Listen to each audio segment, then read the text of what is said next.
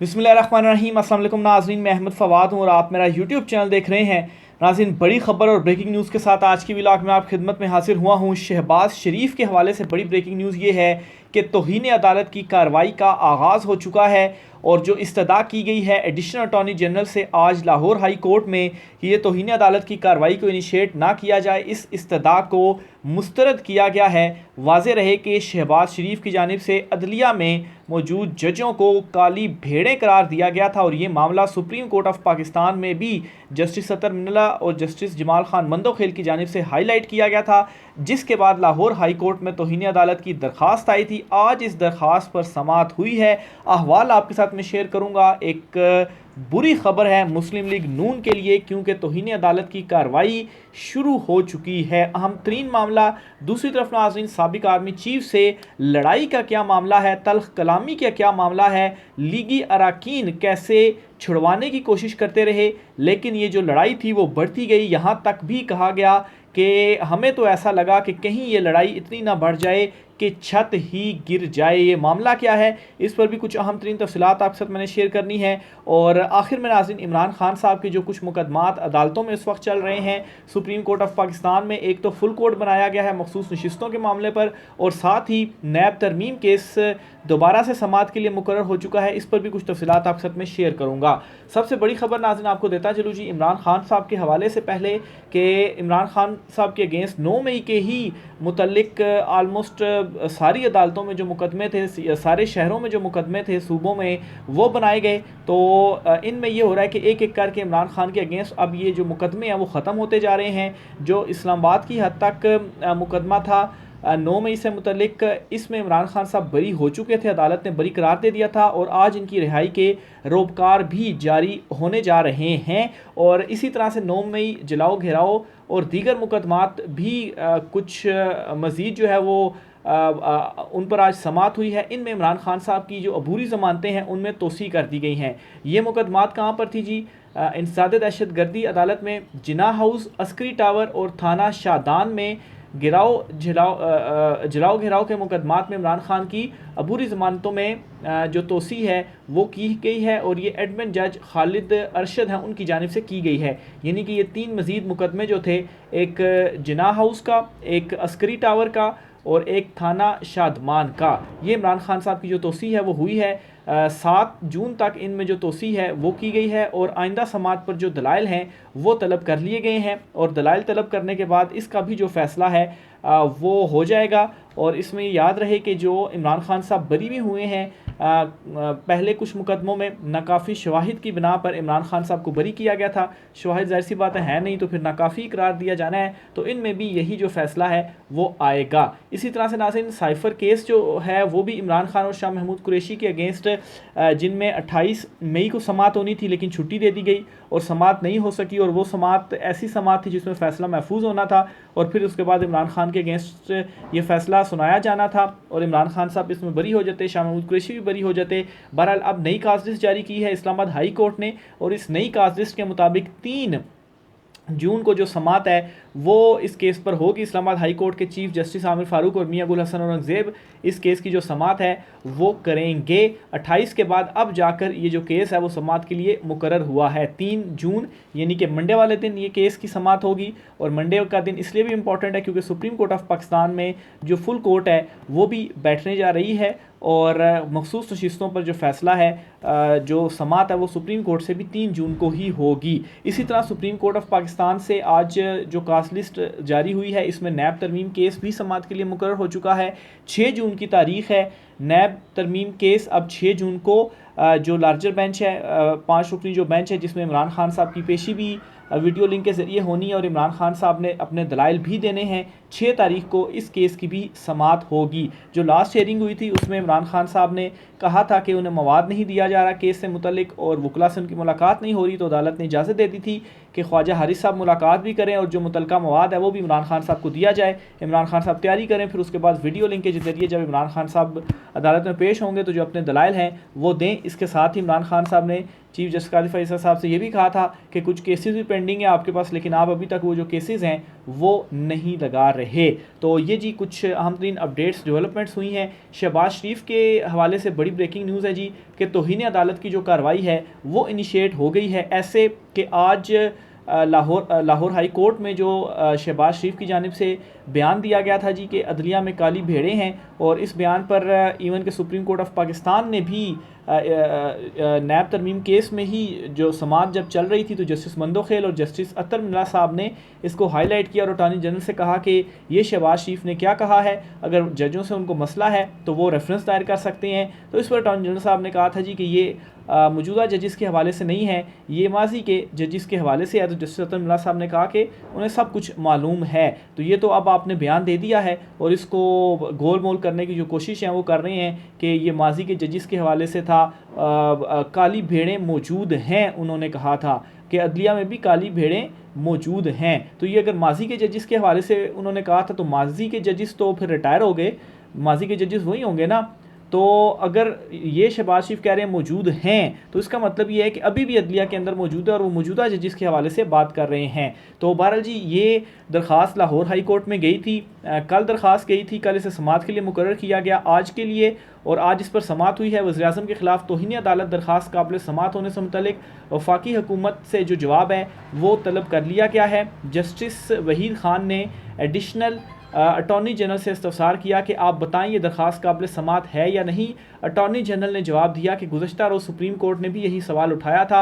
Supreme court को attorney general ने वाज़ेह किया था कि वज़ीर-ए-आज़म ने ये बात मौजूदा जजिस के बारे में नहीं कही, और ये इस्तदा भी कीजिए कि बस कल भी ये मामला हुआ था तो इस दरख्वास्त को आप नाकाबिल समाअत करार दें, इसे मुस्तरद कर दें। लेकिन ये उनकी इस्तदा एक्सेप्ट नहीं हुई और अदालत ने दरख्वास्त के काबिल समाअत होने पर वफाक से जो जवाब तलबी है वो कर ली है कि आएँ पहले आर्गूमेंट दें, फिर उसके बाद हम देखते हैं कि हम इस दरख्वास्त को किस तरीके से आगे परस्यू जो है वो करते हैं। बहरहाल ये एक इनिशियल लेवल है किसी भी दरख्वास्त का कि काबिल समाअत होने के ऊपर पहले फ़ैसला होता है, और जैसे ये फ़ैसला हो जाए फिर उसके बाद जो तौहीन अदालत के नोटिस हैं वो इशू हो जाते हैं। तो इनिशिएट हो चुकी है, कार्रवाई शुरू हो चुकी है। वफाकी हुकूमत के वकील ने कहा कि सुप्रीम कोर्ट ने अटॉर्नी जनरल को वाज़ेह किया था कि वज़ीर-ए-आज़म ने ये बात अटॉर्नी जनरल ने सुप्रीम कोर्ट को ये वाज़ेह किया था कि वज़ीर-ए-आज़म ने ये बात मौजूदा जजिस के बारे में नहीं कही, जिस पर अदालत ने इस्तफसार किया कि आपके पास तहरीरी आर्डर मौजूद है। वफाकी हुकूमत के वकील ने जवाब दिया कि अभी तहरीरी आर्डर सुप्रीम कोर्ट में से मौसूल नहीं हुआ। तो ये मुख्तसर सी जो कार्रवाई थी हुई इस तौहीन अदालत की दरख्वास्त में, लेकिन ये इनिशिएट अब हो चुकी है। आर्मी चीफ, साबिक आर्मी चीफ और साबिक DGI-SI से तल्ख कलामी का मामला क्या है? राना सनाउल्लाह के अगेंस्ट आपको मालूम होगा कि लास्ट इमरान खान साहब की हुकूमत में जो कुछ मुकदमे वगैरह चले थे, तो इन मुकदमों को लेकर काफ़ी ज़्यादा सवालात भी उठे और बड़ा प्रोपेगेंडा भी इमरान खान के अगेंस्ट किया गया। लेकिन राना सनाउल्लाह ख़ुद अपने मुंह से फिर ये कह चुके हैं कि इनमें जनरल बाजवा, साबिक आर्मी चीफ और साबिक DGI-SI जनरल फैज़ हमीद जो हैं उनका कहीं ना कहीं कुछ हाथ था। बहरहाल उन्होंने एक मुलाकात का अहवाल बताया और इन मुलाकातों में उन्होंने कहा जी कि मैंने इन दोनों से कहा कि आपने ये जो केसेस हैं ये मुझ पर करवाएं, और कैसे तल्ख कलामी हुई राना सनाउल्लाह की इन दोनों साहिबान से, ये राना सनाउल्लाह ने ख़ुद ये इंकशाफ किया है। ये ज़रा आप सुनिएगा जी। वज़ीर-ए-आज़म के मुशीर बराए सियासी और अवामी अमूर राना सनाउल्लाह का इंटरव्यू, और इस इंटरव्यू में उन्होंने कहा जी कि जनरल बाजवा ने मुझे कहा, एक मुलाकात हुई और उस मुलाकात का हवाल बता रहे हैं। जनरल बाजवा ने मुझे कहा कि जब आप जेल में थे तो बहुत स्मार्ट हो गए थे, लेकिन अब सेहतमंद हो गए हैं। जनरल बाजवा ने अपने साथ खड़े जनरल फैज़ से कहा कि इन्हें जेल का एक और चक्कर लगवाएं। इस पर जी राना सनाउल्लाह ने कहा कि मैंने जनरल बाजवा को मुखातिब करते हुए कहा कि जो कुछ आपने मेरे ख़िलाफ़ किया इस पर मेरा अल्लाह इंसाफ करेगा। जिस पर जनरल बाजवा ने हक्का बक्का होकर कहा मैंने कुछ नहीं किया। राना सनाउल्लाह का कहना था, मैंने जनरल बाजवा को जवाब देते हुए कहा कि आपने ही किया है। तो ये राना सनाउल्लाह अब इंकशाफ कर रहे हैं, और अगर ये अपने मुंह से इंकशाफ कर रहे हैं कि सब कुछ आपने किया था, तो अब तो आपकी हुकूमत है, तो ऐसा कैसे हो सकता है कि ये जो आर्मी चीफ़ हैं वो ये काम कर सकते हैं, और अगर आप उनके ऊपर इल्ज़ाम लगा रहे हैं तो फिर अदालतों में जाएं, केस लेकर जाएं। अब तो आपकी हुकूमत है, लेकिन इस तरह की कोई जो चीज़ें हैं वो आप नहीं कर रहे। क्यों? क्योंकि सबको मालूम है कि आप मुंतखब हैं, तो आप तो ये चीज़ कर ही नहीं सकते। जनरल बाजवा ने राना सनाउल्लाह से कहा कि इनकी गिरफ्तारी के आर्डर किसी और जगह से आए थे, जिसके जवाब में राना सनाउल्लाह का कहना था कि अगर एक सर्विंग आर्मी किसी इदारे का सरबराह हो और वो ऐसा झूठा केस बना दे तो इसका तीसरे दिन कोर्ट मार्शल हो जाता है।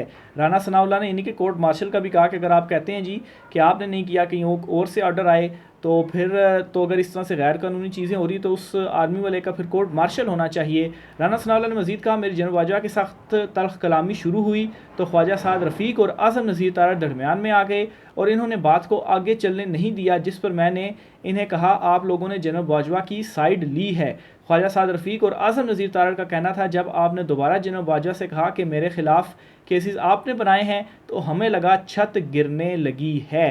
तो ये जी एक तल्ख कलामी, और ये आपके सामने रखने का मकसद ये है कि ये वो लोग पहले क्या कहते थे और अब ये कह क्या रहे हैं, और अब आप इनके इक़दामात देख लें कि इक़दामात कर क्या रहे हैं। अपने मुंह से इकरार करें कि जनरल बाजवा ने केसेस बनाए और वो झूठे केसेस थे और तल्ख कलामी हुई, झगड़ा हुआ और छुड़वाया गया, लेकिन अब आपकी हुकूमत है तो अब आप बिल्कुल जो है वो इस मामले के ऊपर आप आते ही नहीं हैं। बस खाली ये कह देते हैं कि हमारे साथ ये हो गया तो हमारे साथ वो हो गया। रीज़न साहब है, सबको मालूम है कि मुंतखब हैं और अपनी मर्ज़ी से ये हिल भी नहीं सकते, तो फिर इस किस्म के इक़दामात ये कैसे कर सकते हैं इनके केसेस या कार्रवाई के हवाले से।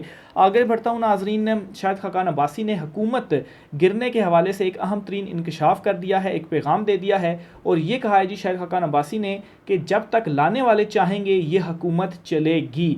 एक तो शाहिद खाकान अब्बासी साहब ने इसमें एक इकरार तो ये कर लिया कि ये हुकूमत अवामी मैंडेट से नहीं आई, इन्हें ताकतवर जो हैं वो लेकर आए हैं और जब तक ताकतवर चाहेंगे इनकी जो हुकूमत है वो चलती रहेगी, और जब वो कहेंगे कि अब बस तो इनकी जो हुकूमत है वो गिर जाएगी। तो ये शाहिद खाकान अब्बासी हैं जिन्होंने ये इंकशाफ किया। शाहिद खाकान अब्बासी मुस्लिम लीग नून का हिस्सा थे, लेकिन मुस्लिम लीग नून को उन्होंने खैर बात कह दिया और मेन वजह यही थी कि ये मुंतखब हुकूमत है और वो चाहते थे कि वो इस हुकूमत का हिस्सा नहीं बनना चाहते। अवामी मैंडेट चोरी हुआ है और अवामी मैंडेट इमरान खान को मिला है। उन्होंने मज़ीद क्या कहा जी, उन्होंने कहा जी कि नवाज़ शरीफ के साथ 35 साल का उनका पुराना ताल्लुक़ है, वो वज़ादार आदमी हैं। फिर उसके अलावा उन्होंने ये भी कहा कि जहाँ तक इनकी सियासत की बात है, जिसका चुनाव मुस्लिम लीग नून ने किया तो मैं उनसे बिल्कुल मुत्तफ़िक नहीं हूँ, इसलिए हमने उनसे राहें जुदा कर लीं।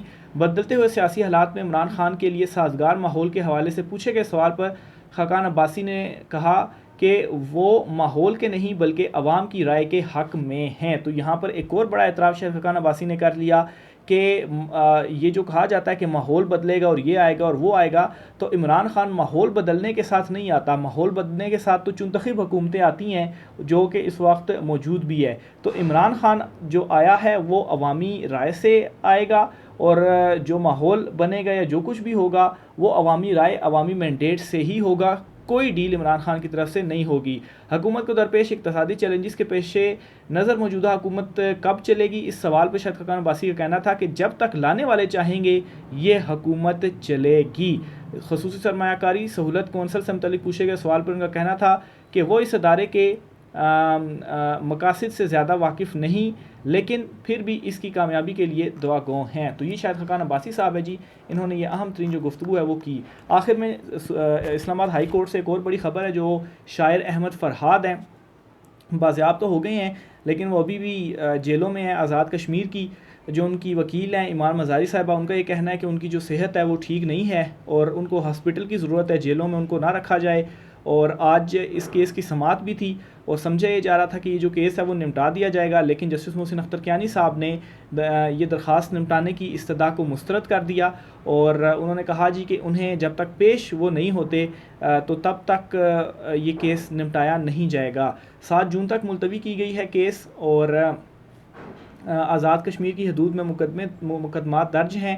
अहमद फ़रहाद 2 जून तक जिस्मानी रिमांड पर हैं, ये एडिशनल अटॉर्नी जनरल की जानिब से बताया गया। उन्होंने ये भी कहा जी कि आज़ाद कश्मीर की हदूद में जो मुकदमात दर्ज हैं इनकी फ़ैमिली से इनकी मुलाकात करा दी गई है, हिफ्ज़े बेजा की पटिशन निपटाई जाए।